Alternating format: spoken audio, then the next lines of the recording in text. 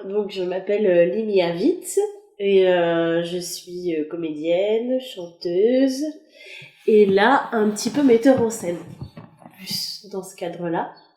Euh, Nos Reconquêtes, donc c'est un projet que m'a proposé Christiane Moix, la chargée des relations publiques des francophonies. Et j'ai choisi de travailler avec la structure du CADA et du CPH qui dépendent de la RSM. Avec donc les actrices sociales Jeanne et Ludivine qui m'accompagnent et avec elles on a construit un petit projet. On a sélectionné des personnes à qui ça pourrait qui pouvaient être intéressées par ce dispositif, des personnes qui avaient été accueillies au CADA ou qui y sont encore, et au CPH, donc le CADA, centre d'accueil des demandeurs d'asile, et le CPH, le centre provisoire d'hébergement. Après un long travail de terrain, d'enquête, on a constitué un groupe pour faire un atelier, travailler de manière théâtrale autour d'une œuvre d'Ovide qui s'appelle Les Métamorphoses. Et puis, en cours de route, on a décidé de changer d'avis et de faire un film. Et donc là, j'ai appelé David Cashman, qui était déjà une connaissance amicale de travail, et qui est surtout réalisateur. Et donc, avec David, on est en train d'écrire un film, tous les deux. Puis finalement, on a encore changé d'avis, on s'est dit qu'on allait l'écrire avec les participants. Et finalement, on a encore changé d'avis. On s'est dit que les métamorphoses de vide, c'était sympa, mais que, en fait, on avait envie de connaître plein d'autres histoires de métamorphoses et d'ouvrir le sujet. Et je pense qu'on rechangera encore beaucoup d'avis d'ici fin juillet, mais globalement, c'est ça qu'on fait là. Voilà. Et tu parles beaucoup justement du projet qui évolue. Est-ce que c'est un peu, c'est quoi la particularité de ce projet, peut-être avec d'autres projets que tu as pu faire ou Bah, il ressemble pas vraiment trop aux autres projets que j'ai pu faire, et c'est ça qui est cool. J'avais déjà fait un projet de court-métrage avec des collégiens. Et là, je commence à parler du nez parce que je suis très allergique au pollen. Voilà, on le saura. Donc, j'avais travaillé avec des collégiens d'un collège dans le 12e autour du harcèlement avec une personne qui s'appelle Laurette Gilbert. On avait monté une équipe comme ça pour faire un court-métrage et c'était dans le cadre d'un stage avec Cyril Test dans mon cursus à l'ESSAD. Donc j'avais déjà travaillé avec un groupe autour de l'idée de faire un film, de faire un court-métrage autour d'une thématique. Et donc on avait aussi écrit ce court-métrage ensemble. Donc ça, on va dire que c'est quelque chose que j'avais déjà fait. Après, entre écrire un court-métrage qui est une scène de plan séquence et écrire un film, il y a un monde.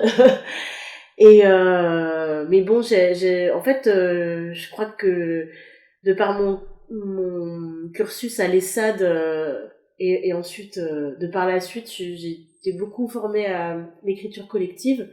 Évidemment, c'est un peu biaisé dans le sens où elle est un peu dirigée, mais c'est juste que moi, je suis là pour poser les bases d'une proposition de travail et d'expérimentation. Et ensuite, l'invitation, c'est de le faire en collectif, avec les participants. Voilà. et du coup là alors pas exactement, mais en tout cas t'es un peu à mi-parcours dans le sens où il y a eu déjà, enfin là tu viens de clôturer la deuxième session. Ouais.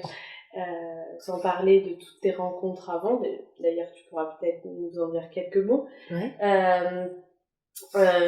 Mais quelles sont tes attentes pour après et à quoi tu t'attendais sur ces 2 week-ends et qu'est-ce qui t'a surpris? Alors, plein de choses.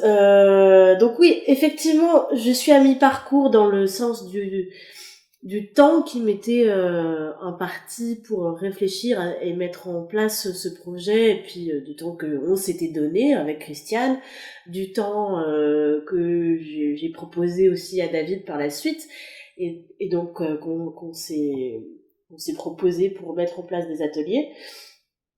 Après, en termes de présence, vraiment de présentiel avec les participants, je dirais que j'en suis au tiers. Ce qui me rassure parce que j'ai pas du tout une idée précise du film, pour être honnête là. Non, mais c'est pas inquiétant, ça fait partie du processus. Après, on a posé les bases. Et c'était le but de ces 2 sessions d'atelier, de ces 2 sessions de 3 jours. J'avais déjà rencontré certains participants l'année dernière, puisqu'on avait commencé ce projet sous la forme d'atelier, mais de théâtre, vraiment, c'était donc mensuel, et on avait eu le temps d'en faire 2, et puis le Covid est arrivé. Ce qui a été une pas si mauvaise chose dans le cadre de ce projet, parce que ça m'a permis de me repositionner, et de faire un plus long temps d'observation, et qui a été super précieux. Et très très enrichi par Jeanne et Ludivine, qui ont une présence extraordinaire dans ce projet. Donc ça m'a permis de rencontrer déjà certains des participants. Certains sont encore là, d'autres n'y sont pas pour plein de raisons personnelles. Ce qu'il faut savoir, c'est qu'on travaille quand même avec des gens qui sont là pour une durée indéterminée. Et donc ça fait partie du projet aussi. C'est-à-dire, on n'a pas tous la même langue, on sait pas tous combien de temps on va rester là, dans ce lieu précis, et on essaye de faire une grosse compote avec tout ça, mais ça fait partie des contraintes, et les contraintes donnent souvent d'inspiration. Alors moi, du coup, ce que j'avais proposé pour ces 2 sessions d'atelier, c'était de poser les bases d'une réflexion collective et d'une imagination autour des métamorphoses et de la métamorphose, tout simplement. Qu'est-ce que ça évoque pour nous?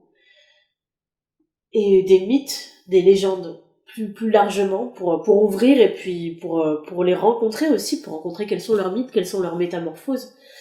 Et en fait, je suis agréablement surpris de voir que en à peine 6 jours, on a eu le temps d'appréhender quelques-unes des histoires. On a également eu le temps d'en découvrir de nouvelles, et notamment des métamorphoses qu'ils proposaient, qui faisaient partie de leur culture ou de leur imaginaire. On a eu le temps de partager plein d'autres références et de sources d'inspiration. On a eu le temps de travailler quelques outils je dirais, de présence scénique. On a eu le temps de travailler aussi quelques outils de technique, puisque on a envie aussi également de proposer non pas qu'il ne soit qu'acteur, mais aussi à l'écriture du film et à la réalisation, en tout cas à la technique.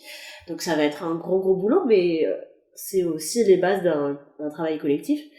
Et donc tout ça, on a eu le temps de l'appréhender. On a également posé les bases de la création de la bande son sonore. En fait, on a fait plein de trucs, quoi. Au départ, j'étais avec David pour la première session de 3 jours. Là, j'étais seule. Enfin, j'étais pas vraiment seule parce que j'étais très aidée par Jeanne, Ludivine, Astrid, Christiane aussi sur la première session.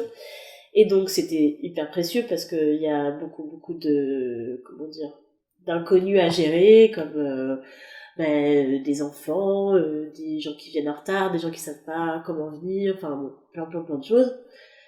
On a pu même visiter un petit peu le théâtre de l'Union. En fait, on a fait un max de trucs et j'en suis super heureuse, et je suis très étonnée parce que j'avais beaucoup d'appréhension sur comment travailler autrement que faire un groupe. Ça, j'avais aucune appréhension là-dessus parce que j'ai rencontré les participants avant et qu'on avait déjà commencé à travailler dessus. Mais appréhender, mettre une petite graine qui s'appelle métamorphose dans les têtes et savoir comment ça fleurit dans chacun et commencer à travailler un imaginaire collectif, j'avais beaucoup d'appréhension là-dessus, de par la langue, la présence, et il faut dire aussi que j'avais aussi très peur que ça les ennuie. À un moment, j'avais peur que ça les intéresse pas, quoi. Et en fait, je me rends compte que pas du tout, et en plus, ils étaient super réceptifs et rapides, quoi. Je veux dire, super bons acteurs, super bons techniciens en herbe, super bons écrivains en herbe aussi. Ce que je veux dire, c'est que il y a le début d'un travail qui s'est mis en place très vite. Et j'en suis épatée et très heureuse.